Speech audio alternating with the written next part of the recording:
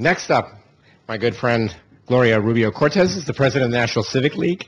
Folks probably know the National Civic League, but people from all over the world, so I'll just say it's an organization that for 120 years has strived to strengthen democracy by increasing the capacity of all our nation's people to effectively and responsibly participate in and build healthy communities. Gloria also edits, the executive editor of the National Civic Review, which for a long time has been a key journal in this field, bringing together practice and research in a very valuable way. Gloria.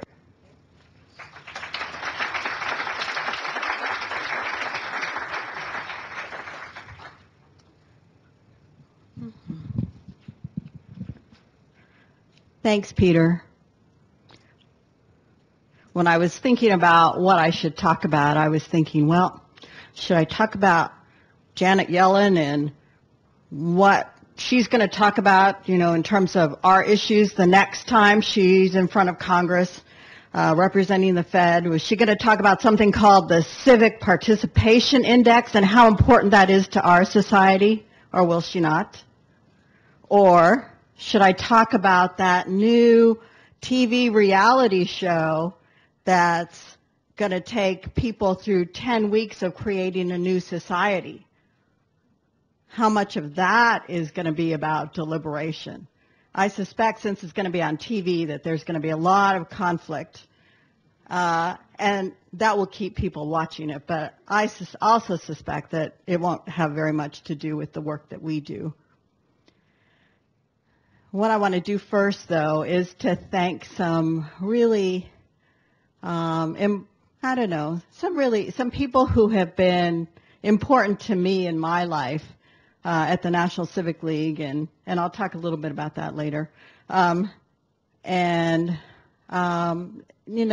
could say something about many people in this room, but I wanted to really acknowledge Matt Leininger, and I want to tell you just how I characterize him. He's kind of the Pied Piper and the Johnny Appleseed of community engagement, because he's getting us out there to do things, and he's got all these seeds out there that are going to grow someday. I want to acknowledge Sandy Heyerbacher for her networking and her welcoming spirit. So she's been very important to my life these days. I want to acknowledge Martha Mccoy. She's over at Everyday Democracy. I still call it study circles.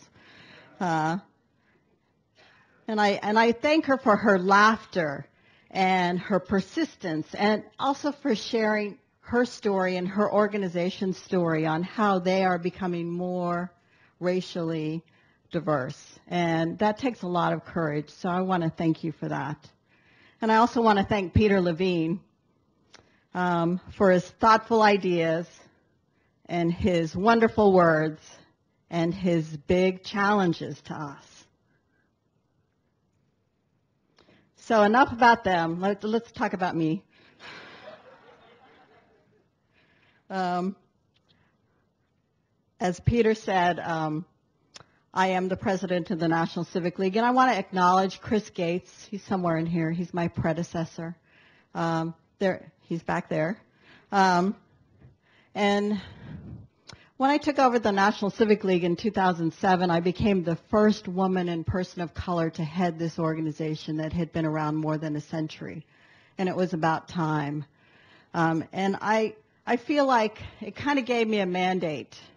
And part of that mandate was really rethinking some of the work that this organization that's all about democracy, what it does and how it does its work. And so what we kind of discovered was that, we're all about process. And whenever I talk about process to like my family or anybody, they don't really get it.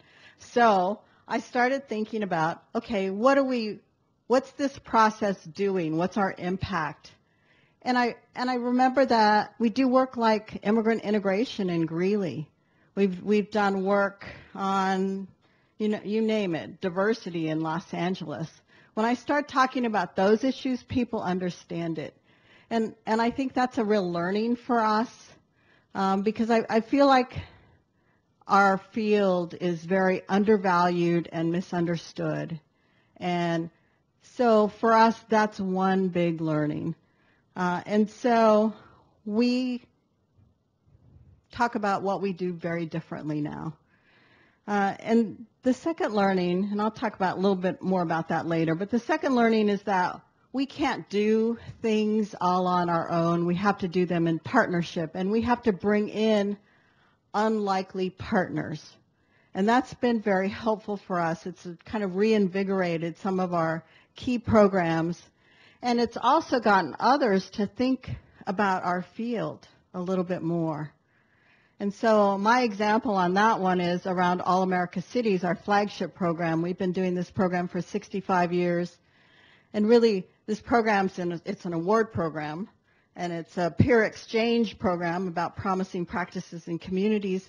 But really, it's a program that allows people the opportunity to step back and really look at their community, see what the assets are, see what their challenges are, see what they want to do in the future, what they've done in the past, and to celebrate that and to re-engage with their community.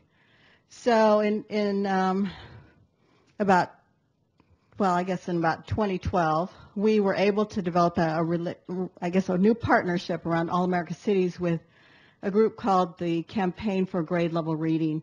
And this is a group of funders and nonprofits that really believe that we as a country need to be doing something for poor kids to make sure that they are ready and successful in school and in life. And so the big indicator is third grade reading ability. And so when I met with them a while back, I said, you guys come from the foundation world, and the way that I've seen you do it is that, you make $1 million grants to these communities, and you give them a mandate, and then they all fight over the money, and they do some things, and then you write it up in a report, and you send it out there, and you hope other people will do it or follow what you're doing or do something else. And I said, that's the old model. So the new model is like what All America Cities does, because communities will take 2, 3, 4, 5 years to come and compete with communities across the country. And why do they do that? They do that because they want to do something special in their community. And so I said, well, if you want to build this new movement about grade level reading, you should think about All America Cities being the platform. And so they did. So they said, okay, we'll be successful if we involve 50 communities. If 50 communities sign up and they want to do 10-year plans and they want to make a huge difference, like 100% change in 10 years.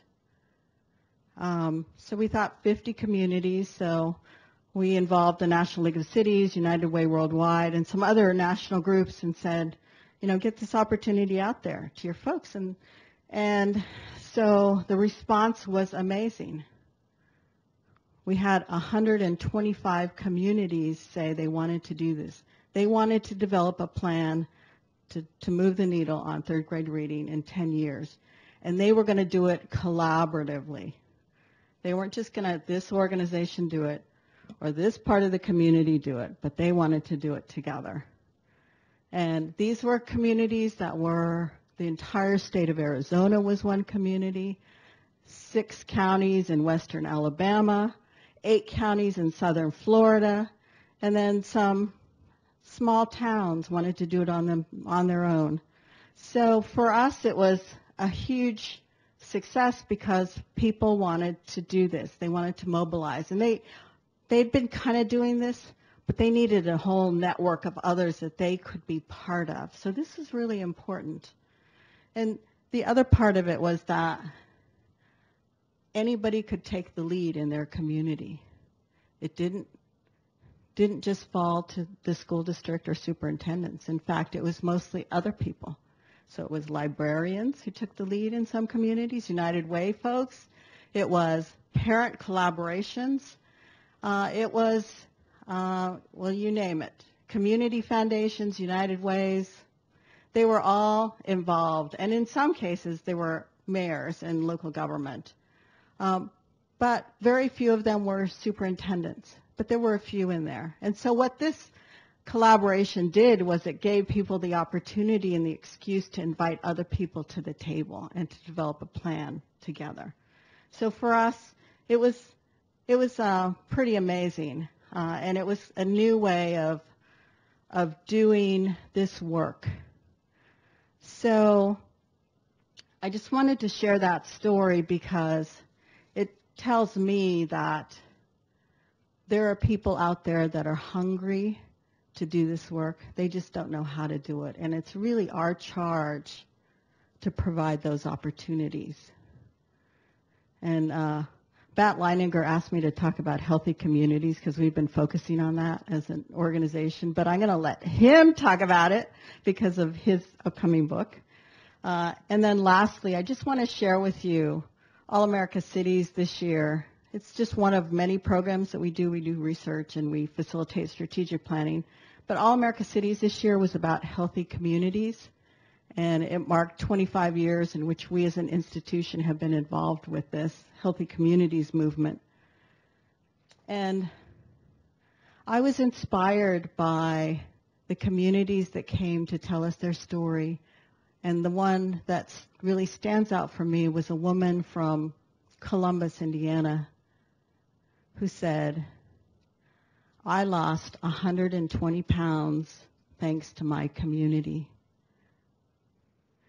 You know, in some ways I thought I was, watching The Biggest Loser, that program. But it wasn't, The difference is that's about that person and their trainer. This is about this person and their community. And what the community did was they put in parks. They put in walkable areas in the city that weren't there before, so the community was supporting them. So that's another opportunity. We have plenty of them, and I just wanted to share these to inspire you.